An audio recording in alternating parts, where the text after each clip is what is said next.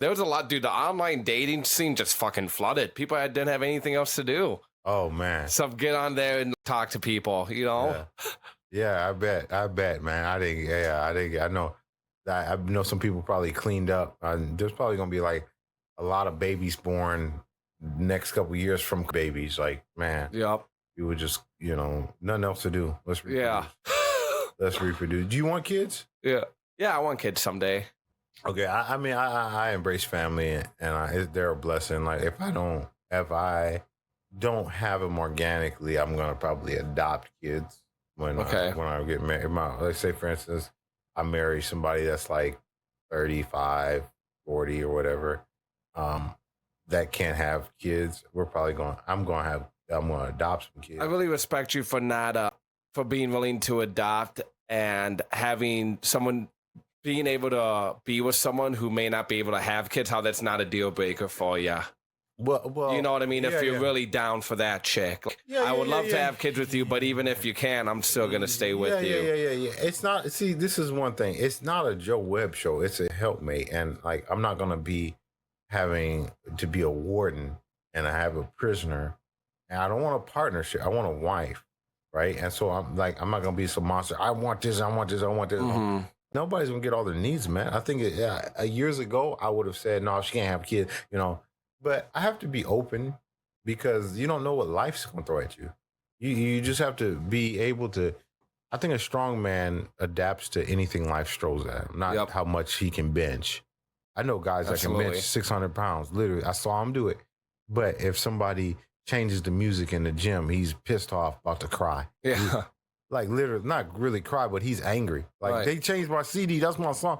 It's like you can't have that's not strength to me. Strength is where life throws everything at you. Yep. And you can handle it. You don't miss a beat. Yeah. Strength is just taking action too. That's going out there and just getting shit done. Yeah, yeah. That's not like physical strength and that doesn't mean anything. Like you said, it's being able to adapt to situations, being able to sacrifice personal stuff for the benefit of someone else, of your family. That's real strength too. That's real strength. Willing to take the shirt off your own back to give to someone else. Yeah. I mean, people, my whole mission is how many people can I help while I'm on this earth? I've gotten nice stuff, but it's how many lives can I touch by helping? That's the mission.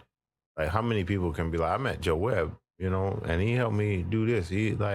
That's more than I did this. Another person saying he helped us, because you never know what might manifest itself, and I might be talking to another next pastor or next NBA player that their life is touching. They'd reach 1 million lives because of their platform.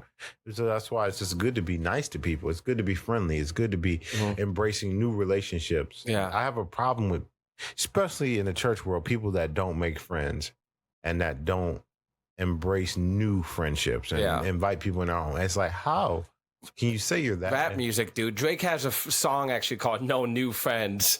I don't know if you remember that one. It's an old one. It goes, "No new friends, no new friends, no new." Who? Drake. That's the light skin. He has right? the light skinned Canadian dude. Yeah, kind of looks like me. I don't rock with a lot of music that talks about man and their feelings. But I feel like a lot of the whole no new friends mindset. I think a lot of it was people who have been done wrong in the past before, but a lot of people that got trust issues. That sounds like you need therapy, though. Yeah, that sounds like therapy is needed. And I'm not knocking. I'm not saying it to be spiteful. I'm just saying that when you display not making new friends, that's not humane. That's not. It's first of all, it's almost rude that you don't want to embrace new relationship. Because that what are you saying, that the ones that you have were toxic, so you give up?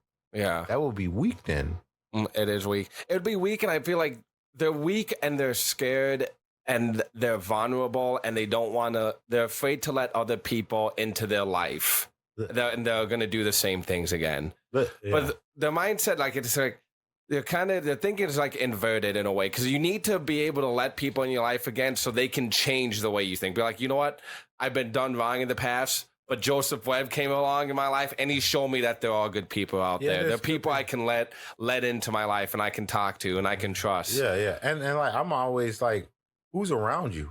Like who's around you that has not allowed you to grow and being able to friend you and love you enough to tell you the truth? Like, you got a bad handshake when you walk in the room. Man. Yeah, you're disconnected. Like a lot of correction comes from a genuine place of people wanting to see you grow, but we've been told, no, you're good how you are. You don't need no help.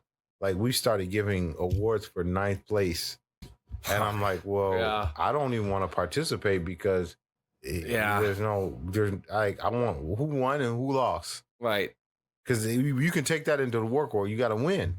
Like this whole, oh my God, he got 14th place. He did good. Yeah. Let's celebrate. He was dead last and he quit and you're going to praise that? Yeah, because you don't want to hurt his feelings. And what does that like do to the kids at a young age? So, okay, you got an award even though you still quit and you didn't give it your best. When you start getting older and you get into the workforce, then you're still going to expect to do the bare. You're going to still expect to do the bare. Not expect. You're going to do the bare minimum, and you're still going to expect to get rewarded for it. Yeah, and that's what the problem is. This is why the schools are failing us because they're not teaching us how to make friends and how to embrace adversity. It's like, oh, he doesn't want to take the test. Let's let him color or play the game. Yeah, there's the game. They have the game at school now. You know that? And they have the tablet.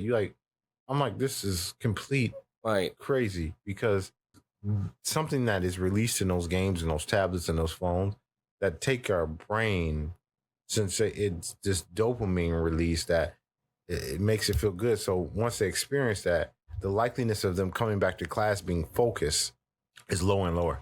Mm-hmm. It's lower and lower every time.